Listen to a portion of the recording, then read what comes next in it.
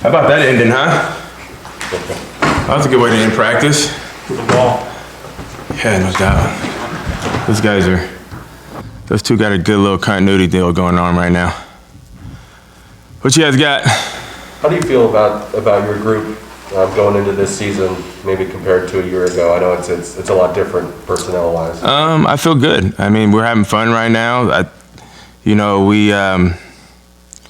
We're confident because we put in the work this offseason. You know what I mean? I thought those guys really worked hard, and they made a commitment at getting better. And, they're really tight. We spent a lot of time around each other. So, obviously we have some new guys in that room, and they welcomed them.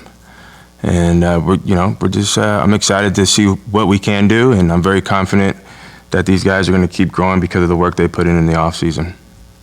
What did you see specifically from Rome? Because Bob Gregory mentioned that he was an alpha in the offseason. Mm-hmm. What did he specifically do to take that next step or improve? Rome's very smart, and he's tough. Rome, dedicated this offseason on just, catching a lot of footballs. Like I just said, he was committed to, putting in that work when no one else is around. I want to say like 2 days ago, he had a pretty good day at practice, and then I look out my window around 12:30. He's the last one on the field, still catching jugs. You know what I mean? So he's dedicated right now, and he's putting in the work, and we lean on the fact that hard work works. We understand the process, we understand that it takes time, and so he's putting in the extra time. June, what's your philosophy on just how you kind of split reps? Because I know that Rome and Jalen and Bynum, those guys are in with the starters quite a bit, but a lot of other guys are pushing. Just how do you kind of try to manage who plays with who? Obviously we have, it's a seating chart. You know what I mean? And those guys like you just named, Jalen, Rome, and Bynum, they have been running with the ones, and then you throw in there a Giles here and there. I mean, if you look out there today, you saw Polk running with the ones a little bit. So just trying to find some lineups and match guys up, find the best three at times. There's going to be times that you can see JP out there. There's going to be times you can see Giles out there, and you can move guys around. That's the great thing about our system. It's not just three guys. That room is close. They compete against each other. They help each other out, and any day, anybody can get hot. Has Terrell kind of separated himself at all? It just seems like he's had a really good camp, and is he maybe emerging as that go-to guy? Terrell put in work this offseason. I wouldn't say he's going to be, I wouldn't single out one person being a go-to guy, because we all, every one of those guys, any three or any four, whoever's out there wants to be that guy. I think TB's took the next step of being a leader and setting a good example for those younger guys in the room and coming to work every day. What does Giles bring? Obviously, quick pace, quick electricness. What does he bring to the room? Giles has played a lot of college football. You could tell by the way he practices.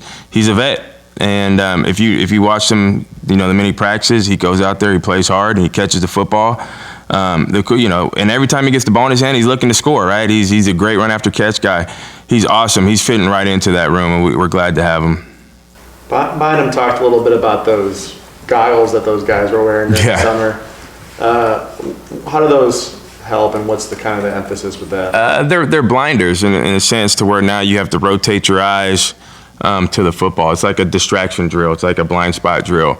And playing that position, the ball's never perfect. You're going to be in traffic. It's going to be contested. And we want to lean on, making the highly difficult catches look easy. And it's a cool thing. We researched this deal this offseason. We're always looking to find ways to get better. And, we got Schwans.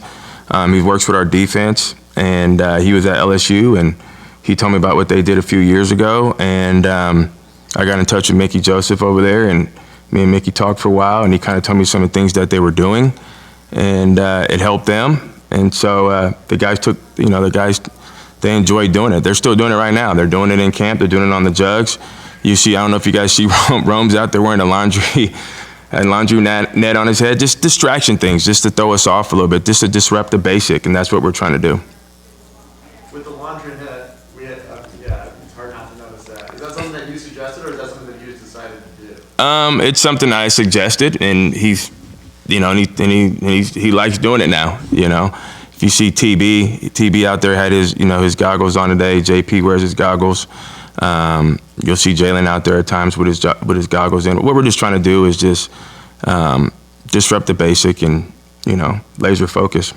With Giles, can you give us an idea, you know, what is he really, really good at? And as far as the learning curve, you know, he's new into the system, wasn't here in the spring. Where is he, say like 10, knowing everything on a scale of 1 to 10, where is he? Giles is like I say, he's played a lot of football, and he's been in a system that's somewhat similar to ours. So he knows how to learn, pick up the scheme and what we're trying to do. If I had to put him on a scale, I mean, I would put him, you know, probably around a 8 right now, and that's pretty high.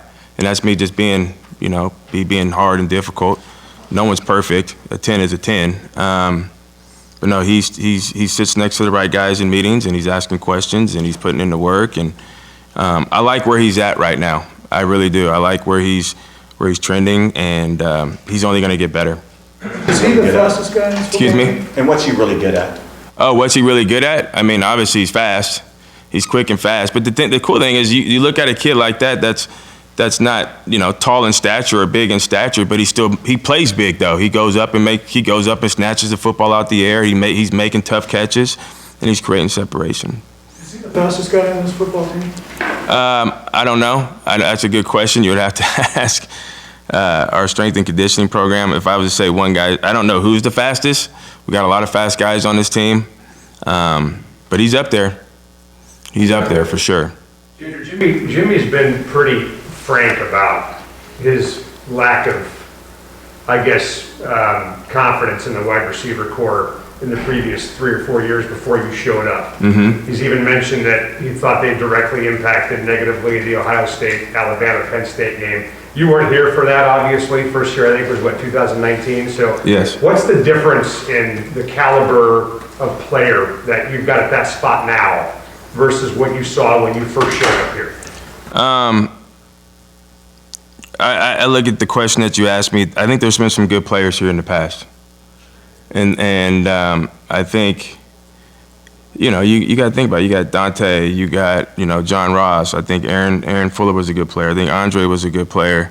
I can only talk about the guys that we have in the room right now, and those guys that we have in the room right now, they're young, they're eager, and they're looking to get better, and we're having a lot of fun.